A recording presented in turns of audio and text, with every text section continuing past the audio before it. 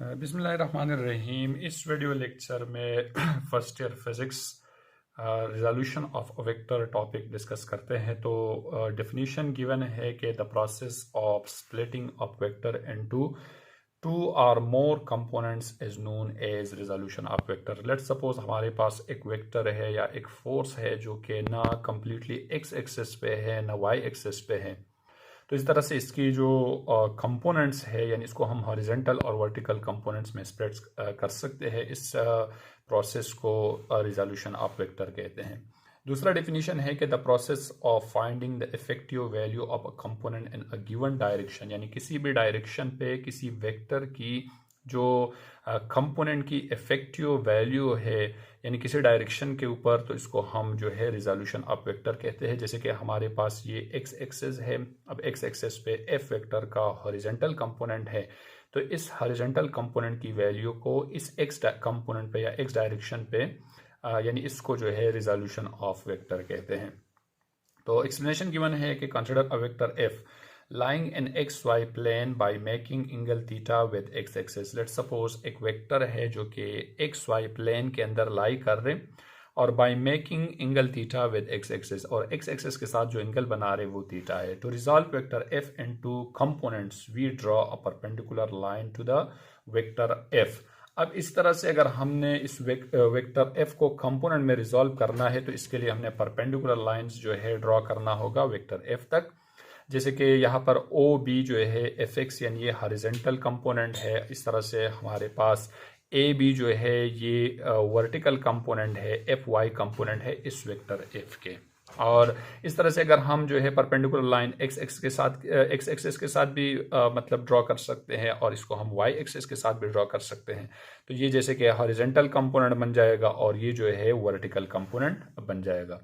अब इस तरह से हमने जो है यानी जो रिजल्टेंट वेक्टर है यानी जो हमारे पास कंपोनेंट्स बने, जैसे कि एफ एक्स कंपोनेंट बना और एफ वाई कंपोनेंट बना, तो इसकी मैग्नीट्यूड को फाइंड करने के लिए यानी magnitude of component F X and F Y, magnitude of resultant vector यानी जो हर कंपोनेंट वेक्टर है यानी हमारे मैग्नीट्यूड ऑफ कंपोनेंट्स, जो कंपोनेंट्स है हमारे पास यानी F X and F Y. अब इसकी कंपोनेंट्स मालूम करने के लिए हम यहाँ पर जो ट्राइंगल है वो कंसिडर कर देते हैं from triangle A O B. अब जैसे कि ट्राइंगल ए ओ बी है, तो इस ट्राइंगल पे अगर हम from triangle A O B, जैसे कि अगर इसके हॉरिजेंटल कंपोनेंट और वर्टिकल कंपोनेंट हमने मालूम करना है, तो ट्राइंगल जो अगर लेट्स सपोज इस ट्राइंगल पर हम कॉस थीटा अप्लाई कर देते हैं तो कॉस थीटा जो है यहाँ पर बराबर हो जाएगा, जैसे कि बेस जो है हमारे पास एफ एक्स है, एफ एक्स और हाइपोटेन्यूज जो है यहाँ एफ के इक्वल है।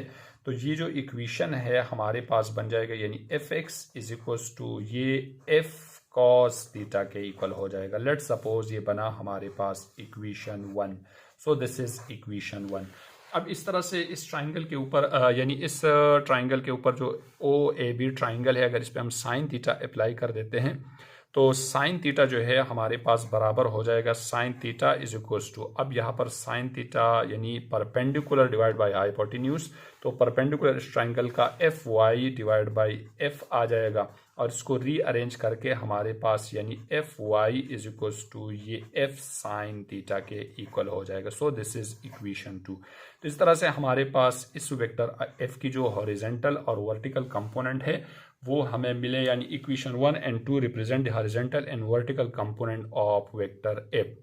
Equation 1 and 2 represent the horizontal and vertical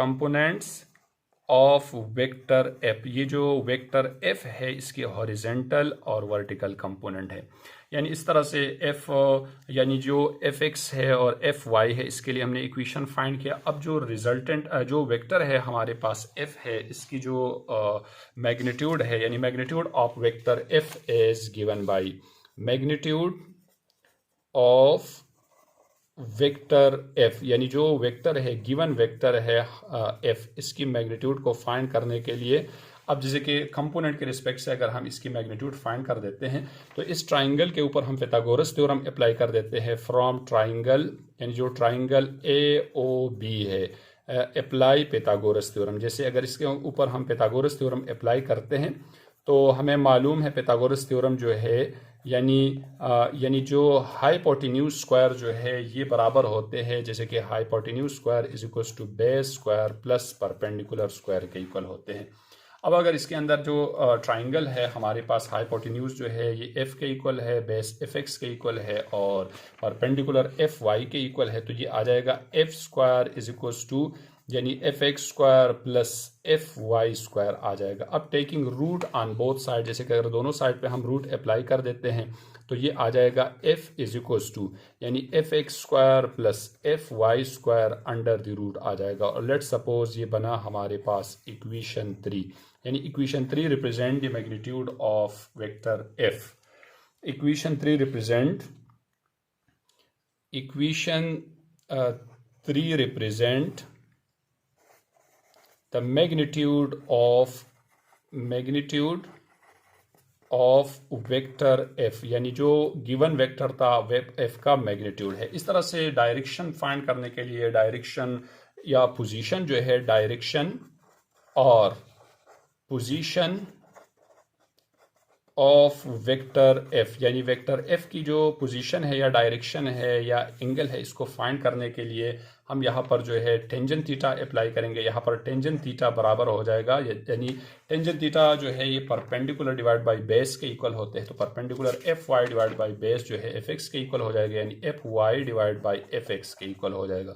अब इस तरह से हमने थीटा की इक्वेशन निकालना है, तो थीटा इज इक्वल टू ये tangent inverse fy divide by fx हो जाएगा। So this is equation 4। अब ये जो इक्वेशन 4 है, equation 4 represent the direction of vector f। Equation 4 represent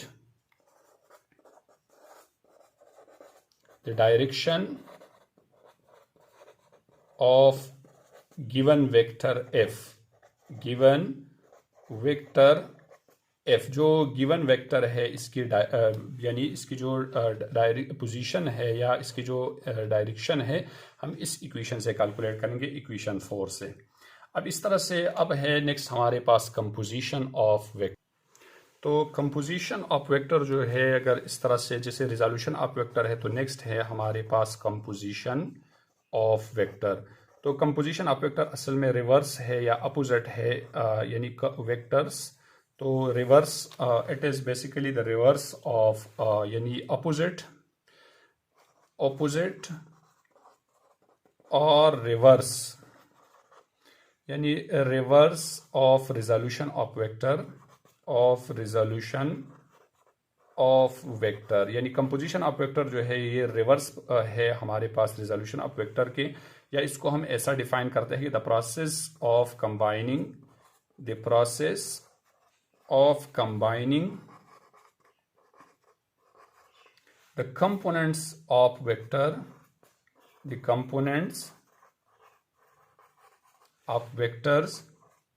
component of vector to make resultant vector। जैसे कि हमारे पास अब अगर वेक्टर्स गिवन है, रिजल्टेंट वेक्टर, यानी अब इन कंपोनेंट्स को हमने कंबाइन किया। जैसे कि लेट्स सपोज हमारे पास एक ये कंपोनेंट है fx है, दूसरा हमारे पास अब दूसरा कंपोनेंट है fy। जैसे कि fy इस डायरेक्शन में है, तो by head to tail rule, जैसे कि fx को हमने हेड के साथ fy ऐड किया, इसका जो हमें रिजल्ट मिला f, यानी इसी तरह से इसी केस के अंदर जो f होगा, f is equal to fx square plus fy square under the root के इक्वल हो जाएगा। यानी इसके अंदर हमने कंपोनेंट्स को कंबाइन करके हमने एक सिंगल वेक्टर बनाया, और रिजोल्यूशन ऑफ वेक्टर के अंदर एक सिंगल वेक्टर को हमने कंपोनेंट्स के अंदर स्प्लिट करना होगा। तो ये था concept resolution of vector related. Allah Hafiz.